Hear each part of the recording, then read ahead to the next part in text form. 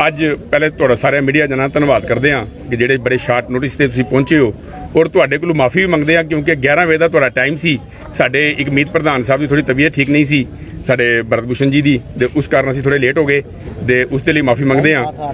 ਦੂਜੀ, ਅੱਜ ਦੀ ਜਿਹੜੀ ਪ੍ਰੈਸ ਕਾਨਫਰੰਸ ਦਾ ਮੇਨ ਵਿਸ਼ਾ ਜਿਹੜਾ ਹੈ ਉਹ ਜਿਹੜਾ ਅੱਜ ਦਾ ਬਰਨਿੰਗ ਇਸ਼ੂ ਚੱਲ ਰਿਹਾ ਹੈ ਸਰੋੜ ਟੋਲ ਪਲਾਜ਼ਾ। ਸਰੋੜ ਟੋਲ ਪਲਾਜ਼ਾ ਦੇ ਕਰਕੇ ਤੁਸੀਂ ਵੇਖਿਆ ਹੋਣਾ, ਅਸੀਂ ਪਹਿਲੇ ਵੀ ਜਦੋਂ LG ਸਾਹਿਬ ਨੂੰ ਮਿਲੇ ਹਾਂ ਅਸੀਂ ਇੱਕ ਬਰੀਫ ਨੋਟ ਕੀਤਾ ਸੀ, ਬਰੀਫ ਕੀਤਾ ਸੀ ਸਾਰਿਆਂ ਨੂੰ ਕਿ ਅਸੀਂ 1/8 ਨੂੰ ਇੱਕ ਲੈਟਰ ਡਿਵਕਾਮ ਸਾਹਿਬ ਨੂੰ ਦਿੱਤੀ ਸੀ। ਡਿਵਕਾਮ ਸਾਹਿਬ ਨੇ ਉਸ ਸਾਡੀ ਲੈਟਰ ਦੀ ਜਿਹੜੀ ਹੈ ਅੱਗੇ ਉਹਨਾਂ ਨੇ ਨੈਸ਼ਨਲ ਹਾਈਵੇ ਅਥਾਰਟੀ ਨੂੰ 5 ਤਰੀਕ ਨੂੰ ਫਾਰਵਰਡ ਕੀਤੀ ਸੀ। ਉਸ ਤੋਂ ਬਾਅਦ ਉਹਨਾਂ ਨੇ ਸਾਨੂੰ ਕਿਹਾ ਸੀ ਕਿ 15 ਅਗਸਤ ਆ ਰਿਹਾ, 15 ਅਗਸਤ ਤੋਂ ਬਾਅਦ ਜਿਹੜਾ ਇਹ ਮਸਲਾ ਹੱਲ ਹੋ ਜਾਏਗਾ। ਫਿਰ 15 ਅਗਸਤ ਤੋਂ ਬਾਅਦ ਵੀ ਜਦ ਅਸੀਂ ਦੇਖਿਆ ਮਸਲਾ ਹੱਲ ਨਹੀਂ ਹੋਇਆ, ਸਾਨੂੰ ਪਤਾ ਚੱਲਿਆ LG ਸਾਹਿਬ ਆ ਰਹੇ ਨੇ 22 ਤਰੀਕ ਨੂੰ, ਅਸੀਂ LG ਸਾਹਿਬ ਨੂੰ ਮਿਲੇ ਹਾਂ। LG ਸਾਹਿਬ ਨੇ ਕਿਹਾ ਕਿ ਵਿਦਇਨ ਡੇਜ਼ ਜਿਹੜਾ ਇਹ ਮਸਲਾ ਹੱਲ ਕੀਤਾ ਜਾਏਗਾ। ਅੱਜ ਫਿਰ 4 ਦਿਨ ਹੋ ਚੁੱਕੇ ਨੇ ਸਾਨੂੰ LG ਸਾਹਿਬ ਨੂੰ ਮਿਲੇ ਦਿਆਂ ਤੇ ਕੱਲ ਅਸੀਂ ਇੱਕ ਅਰਜੈਂਟ ਮੀਟਿੰਗ ਬੁਲਾਈ ਸੀ ਕਿਉਂਕਿ ਅਸੀਂ ਪਿਛਲੇ 1 ਸਾਲ ਸਵਾ ਸਾਲ ਤੋਂ ਅਸੀਂ ਚੱਲ ਰਹੇ ਹਾਂ। ਹਮੇਸ਼ਾ ਸਾਡੀ ਕੋਸ਼ਿਸ਼ ਹੁੰਦੀ ਹੈ ਕਿ ਹਰ ਇੱਕ ਮਸਲਾ ਜਿਹੜਾ ਹੈ ਟੇਬਲ ਟਾਕ ਦੇ ਰਾਹੀਂ ਹੱਲ ਹੋ ਸਕੇ, ਮਗਰ ਇਸ ਦਾ ਮਤਲਬ ਇਹ ਨਹੀਂ ਕਿ ਟੇਬਲ ਟਾਕ ਦੇ ਰਾਹੀਂ ਹੱਲ ਨਹੀਂ ਹੋਏਗਾ ਤਾਂ ਅਸੀਂ ਬਾਰ-ਬਾਰ ਟੇਬਲ ਨੂੰ ਥਪਥਪਾਉਂਦੇ ਰਹਾਂਗੇ, ਐਸਾ ਨਹੀਂ ਹੈ। ਪਿਛਲੀ ਵਾਰ ਵੀ ਫਿਟਨੈਸ ਦਾ ਮਸਲਾ ਸੀ, ਅਸੀਂ ਬੰਦ ਦੀ ਕਾਲ ਕੀਤੀ ਸੀ ਔਰ ਸਾਡਾ ਮਸਲਾ 14 ਤਰੀਕ ਨੂੰ ਹੱਲ ਹੋਇਆ ਸੀ ਵਿਸਾਖੀ ਵਾਲੇ ਦਿਨ। ਮਗਰ ਇਹ ਜਿਹੜਾ ਇਹ ਬਹੁਤ ਜ਼ਿਆਦਾ ਬਰਨਿੰਗ ਇਸ਼ੂ ਹੈ ਕਿਉਂਕਿ ਇਸ ਦੇ ਨਾਲ ਪੂਰੀ ਜੰਮੂ ਕਸ਼ਮੀਰ ਦੀ ਆਵਾਮ ਦੇ ਸੈਂਟੀਮੈਂਟ ਜੁੜੇ ਨੇ ਔਰ ਸਾਡੇ ਵੀਰ ਜਿਹੜੇ ਇੱਕ ਪੀਸਫੁਲ ਪ੍ਰੋਟੈਸਟ ਕਰ ਰਹੇ ਸਨ ਉੱਥੇ, ਉਹਨਾਂ ਵੀਰਾਂ ਨੂੰ ਪੁਲਿਸ ਨੇ ਜਾ ਕੇ ਜੇਲ੍ਹ ਵਿੱਚ ਬੰਦ ਕਰ ਲਿਆ, ਜਿਸ ਦੀ ਅਸੀਂ ਬੜੀ ਜ਼ਿਆਦਾ ਨਿਖੇਧੀ ਕਰਦੇ ਹਾਂ। ਸੋ ਅਸੀਂ ਕੱਲ ਸਾਰਿਆਂ ਨੇ ਬੈਠ ਕੇ, ਪ੍ਰਧਾਨ ਸਾਹਿਬਾਨਾਂ ਸਾਰਿਆਂ ਨੇ ਬੈਠ ਕੇ ਇਹ ਡਿਸਾਈਡ ਕੀਤਾ ਹੈ ਕਿਉਂਕਿ ਹਮੇਸ਼ਾ ਅਸੀਂ ਕਿਹਾ ਸੀ ਕਿ ਸਟ੍ਰਾਈਕ ਜਦ ਵੀ ਕਰਨੀ ਹੈ ਅਸੀਂ ਟਰਾਂਸਪੋਰਟ ਖਿੱਤਾ ਜਿਹੜਾ ਹੈ ਅਸੀਂ ਪਬਲਿਕ ਦੇ ਲਈ ਹਾਂ ਕਿਉਂਕਿ ਅਸੀਂ ਸਕੂਲ ਵੇਖਣੇ ਨੇ, ਅਸੀਂ ਪਬਲਿਕ ਦਾ ਵੀ ਵੇਖਣਾ ਹੈ ਕਿ ਕੋਈ ਸਾਡੀ ਕਰਕੇ ਕੋਈ ਹੈਰੈਸ ਨਾ ਹੋਏ। ਇਸ ਲਈ ਅਸੀਂ 4-5 ਦਿਨਾਂ ਦਾ ਵਿੱਚ ਟਾਈਮ ਦੇ ਰਹੇ ਹਾਂ, 4-5 ਦਿਨਾਂ ਦਾ ਟਾਈਮ ਦੇ ਰਹੇ ਹਾਂ। ਅਸੀਂ ਇਹ ਡਿਸਾਈਡ ਕੀਤਾ ਹੈ ਕਿ ਸਾਡਾ ਅਗਲੇ ਆਉਣ ਵਾਲੇ ਵੀਰਵਾਰ ਨੂੰ ਲੈ ਕੇ ਵੀਰਵਾਰ ਤੋਂ ਸਾਡਾ ਬੰਦ ਜਿਹੜਾ ਹੈ ਉਹ ਅਨਿਸ਼ਚਿਤ ਕਾਲ ਦਾ ਬੰਦ ਹੋਏਗਾ ਜਦ ਤੱਕ ਇਹ ਮਸਲਾ ਹੱਲ ਨਹੀਂ ਹੁੰਦਾ। ਔਰ ਜਿਹੜੇ ਸਾਡੇ ਵੀਰ, ਕਿਉਂਕਿ ਉਹਨਾਂ ਵੀਰਾਂ ਦੇ ਵਿੱਚ ਬੜੇ ਸਾਡੇ ਟਰਾਂਸਪੋਰਟਰ ਵੀਰ ਹਨ, ਸਾਡੇ ਇੱਕ ਅਖਨੂਰ ਰੋਡ ਦੇ, ਇੱਧਰ ਦੇ ਛੰਮ ਰੋਡ ਦੇ ਸਾਡੇ ਵਾਈਸ ਪ੍ਰੈਜ਼ੀਡੈਂਟ ਹਨ ਜਿਹੜੇ ਇਸ ਵਕਤ ਜੇਲ੍ਹ ਵਿੱਚ ਹਨ। ਅਸੀਂ ਉਹਨਾਂ ਜਿਹੜੇ ਸਾਡੇ ਵੀਰਾਂ ਨੂੰ ਇਹਨਾਂ ਨੇ ਜੇਲ੍ਹ ਵਿੱਚ ਬੰਦ ਕੀਤੇ ਦਾ ਹੈ ਇਸ ਪ੍ਰੋਟੈਸਟ ਦੀ ਕਰਕੇ, ਕਿਉਂਕਿ ਇਹ ਪ੍ਰੋਟੈਸਟ ਉਹ ਆਪਣੇ ਕਿਸੇ ਨਿੱਜੀ ਸਵਾਰਥ ਕਰਕੇ ਨਹੀਂ ਕਰ ਰਹੇ ਸਨ, ਇਹ ਜੰਮੂ ਕਸ਼ਮੀਰ ਦੀ ਆਵਾਮ ਦੇ ਲਈ ਕਰ ਰਹੇ ਸਨ। ਸੋ ਅਸੀਂ ਸਰਕਾਰ ਨੂੰ ਇਹ ਅਲਟੀਮੇਟਮ ਦਿੰਦੇ ਹਾਂ ਕਿ ਅਸੀਂ ਵੀਰਵਾਰ ਨੂੰ ਟਰਾਂਸਪੋਰਟ ਮਤਲਬ ਚੱਕਾ ਜਾਮ, ਔਰ ਇਹ ਅਸੀਂ ਨੈਸ਼ਨਲ ਹਾਈਵੇ ਅਥਾਰਟੀ ਨੂੰ, ਉਹਨਾਂ ਦੇ ਮਿਨਿਸਟਰ ਨਿਤਿਨ ਗਡਕਰੀ ਨੂੰ ਔਰ ਸੈਂਟਰਲ ਦੀ BJP ਸਰਕਾਰ ਨੂੰ ਅਸੀਂ ਇਹ ਜਿਹੜਾ ਚੇਤਾਵਨੀ ਦਿੰਦੇ ਹਾਂ ਕਿ ਅਗਰ ਵੀਰਵਾਰ ਤੋਂ ਪਹਿਲੇ ਇਹ ਮਸਲਾ ਹੱਲ ਨਹੀਂ ਹੋਇਆ ਤੇ ਫਿਰ ਅਸੀਂ ਦੱਸਾਂਗੇ ਟੋਲ ਕਿਸ ਤਰ੍ਹਾਂ ਉਖਾੜਿਆ ਜਾਂਦਾ ਹੈ ਜਾਂ ਟੋਲ ਕਿਸ ਤਰ੍ਹਾਂ ਬੰਦ ਕੀਤਾ ਜਾਂਦਾ ਹੈ ਕਿਉਂਕਿ ਟਰਾਂਸਪੋਰਟ ਜਿਹੜੀ ਹੈ ਪੂਰੀ ਜੰਮੂ ਕਸ਼ਮੀਰ ਦੀ ਆਵਾਮ ਦੇ ਨਾਲ ਖੜੀ ਹੈ ਔਰ ਆਵਾਮ ਦੇ ਹਿੱਤਾਂ ਦੀ ਆਵਾਜ਼ ਚੁੱਕਣ ਦੇ ਲਈ ਅਸੀਂ ਹਮੇਸ਼ਾ ਤਤਪਰ ਰਹੇ ਹਾਂ।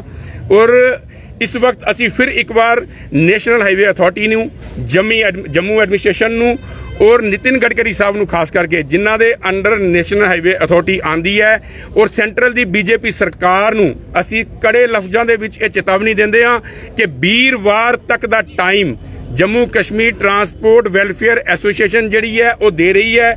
ਉਸ ਤੋਂ ਬਾਅਦ ਅਸੀਂ ਅਨਿਸ਼ਚਿਤ ਕਾਲ ਦੀ ਹੜਤਾਲ ਤੇ ਬੈਠਾਂਗੇ ਜਬ ਤੱਕ ਇਹ ਮਸਲਾ ਹੱਲ ਨਹੀਂ ਹੋਏਗਾ। ਅਸੀਂ ਉਸ ਤਬ ਤੱਕ ਲਾਸਟ ਤੱਕ ਉਸ ਹੜਤਾਲ ਤੇ ਅਸੀਂ ਕਾਇਮ ਰਹਾਂਗੇ।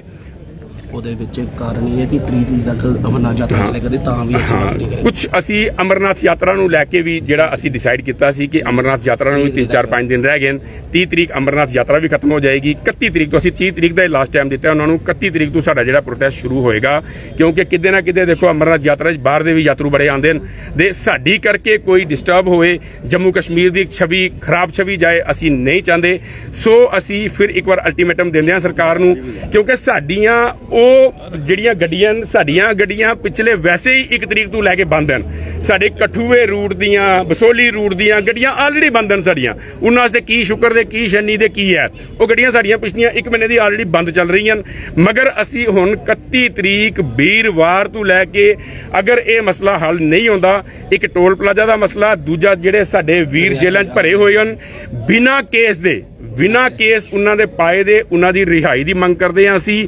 ਅਗਰ ਇਹ ਮਸਲੇ ਦੋ ਹੱਲ ਨਹੀਂ ਆਉਂਦੇ ਅਸੀਂ ਵੀਰਵਾਰ ਨੂੰ ਪੂਰੇ ਜੰਮੂ ਕਸ਼ਮੀਰ JKUT ਦੀ ਆਵਾਮ ਨੂੰ ਨਾਲ ਲੈ ਕੇ ਅਸੀਂ ਅਨਿਸ਼ਚਿਤ ਕਾਲ ਦੀ ਚੱਕਾ ਜਾਮ ਹੜਤਾਲ ਤੇ ਜਾ ਰਹੇ ਹਾਂ। ਔਰ ਮੈਂ ਇੱਕ ਵਾਰ ਸਾਰੀਆਂ ਸੰਸਥਾਵਾਂ ਨੂੰ ਜਿਹਦੇ ਵਿੱਚ bar association, chamber of commerce, ਸਾਰਿਆਂ ਨੂੰ ਮੈਂ ਕਹਿਣਾ ਚਾਹਾਂਗਾ ਕਿ ਆਓ ਸਾਰੇ ਇਕੱਠੇ ਹੋ ਕੇ ਇੱਕ ਪਲੇਟਫਾਰਮ ਤੇ ਜੰਮੂ ਕਸ਼ਮੀਰ ਦੀ ਆਵਾਮ ਦੇ ਲਈ, ਜੰਮੂ ਕਸ਼ਮੀਰ ਦੇ ਹੱਕਾਂ ਦੇ ਲਈ ਆਓ ਲੜੀਏ। ਕਿਉਂਕਿ ਜਦ ਤੱਕ ਅਸੀਂ ਇਕੱਠੇ ਹੋ ਕੇ ਇੱਕ ਪਲੇਟਫਾਰਮ ਤੇ ਨਹੀਂ ਆਵਾਂਗੇ, ਵੱਖਰੇ ਵੱਖਰੇ ਆਪਣੀਆਂ ਕਰਕੇ ਅਸੀਂ ਲੜਾਈਆਂ ਕਰਾਂਗੇ, ਉੱਥੇ ਅਸੀਂ ਕਾਮਯਾਬ ਨਹੀਂ ਹੋਵਾਂਗੇ। ਮੈਂ ਇੱਕ ਵਾਰ ਬਾਰ ਐਸੋਸੀਏਸ਼ਨ ਨੂੰ ਔਰ ਚੈਂਬਰ ਆਫ ਕਾਮਰਸ ਨੂੰ ਸਾਰਿਆਂ ਨੂੰ ਇਨਵਾਈਟ ਕਰਦਾ ਕਿ ਆਓ ਸਾਰੀਆਂ ਸੰਸਥਾਵਾਂ ਅਸੀਂ ਇਕੱਠੇ ਹੋ ਕੇ ਵੀਰਵਾਰ ਤੋਂ ਲੈ ਕੇ ਅਨਿਸ਼ਚਿਤ ਕਾਲ ਦੀ ਸਟ੍ਰਾਈਕ ਤੇ ਜਾਈਏ। ਤੁਸੀਂ ਪੰਜਾਬ ਵਿੱਚ ਵੇਖਿਆ ਹੋਣਾ, ਜਦੋਂ ਐਜੀਟੇਸ਼ਨ ਚੱਲ ਰਹੀ ਸੀ, ਪੰਜਾਬ ਵਿੱਚ ਕਿਸੇ ਟੋਲ ਨੂੰ ਤਬ ਤੱਕ ਨਹੀਂ ਖੁੱਲਣ ਦਿੱਤਾ ਗਿਆ ਜਦ ਤੱਕ ਉਸ ਦਾ ਕੋਈ ਫੈਸਲਾ ਨਹੀਂ ਹੋ ਦਿੱਤਾ ਗਿਆ। ਤੇ ਫਿਰ ਅਸੀਂ ਕਿਉਂ ਪਿੱਛੇ ਹਾਂ? ਅਸੀਂ ਵੀ ਉਸ ਸਟੇਜ ਤੇ ਆ ਸਕਦੇ ਹਾਂ। ਇਸ ਕਰਕੇ ਮੈਂ ਇੱਕ ਵਾਰ ਫਿਰ ਤੋਂ ਬੀਜੇਪੀ ਸਰਕਾਰ ਨੂੰ, ਸੈਂਟਰਲ ਗਵਰਨਮੈਂਟ ਨੂੰ ਇਹ ਚੇਤਾਵਨੀ ਦਿੰਦਾ Jammu Kashmir transport welfare association ਦੀ ਤਰਫੋਂ ਕਿ ਵੀਰਵਾਰ ਤੱਕ ਸਿਰਫ ਅਸੀਂ ਦੇਖਾਂਗੇ, ਵੀਰਵਾਰ ਤੋਂ ਲੈ ਕੇ ਸਮੂਹ ਜੰਮੂ ਕਸ਼ਮੀਰ ਦੀ ਆਵਾਮ, ਸਮੂਹ ਟਰਾਂਸਪੋਰਟਰ ਅਸੀਂ ਅਨਿਸ਼ਚਿਤ ਕਾਲ ਦੀ ਸਟ੍ਰਾਈਕ ਤੇ ਜਾਵਾਂਗੇ ਜੀ। ਆਵਾਜ਼ ਦਿਓ, ਆਵਾਜ਼ ਦਿਓ, ਆਵਾਜ਼ ਦਿਓ, आवाज दो। क्या उनकी तरफ से आपसे बातचीत की गई थी, क्योंकि शनिवार को उनके द्वारा बंद की कॉल दी गई है? भाई साहब, हम पहले आपको बता दें कि हमने जब भी कोई प्रेस कॉन्फ्रेंस किया या स्ट्राइक में गए तो हमने सरकार को एक टाइम दिया। सरकार के अलावा आवाम को टाइम देना बड़ा जरूरी है। हम गैर जिम्मेवार लोग नहीं हैं, हम जिम्मेवार लोग हैं। आज बोल दें, कल या परसों स्ट्राइक करो, लोगों के आवाम तक भी ये मैसेज पहुंचना चाहिए, क्योंकि बहुत से हमारे भाई ऐसे जो दिहाड़ीदार हैं, जो ट्रांसपोर्टर के थ्रू मेटाडोरों में, बसों में सुबह घर से आते हैं, आके अपनी दिहाड़ी लगाते हैं। ये 4-5 दिन का टाइम, एक तो हमने अमरनाथ यात्रा को मद्देनजर रख के किया है, और दूसरा रक्षाबंधन है, मंगल बुधवार का रक्षाबंधन है।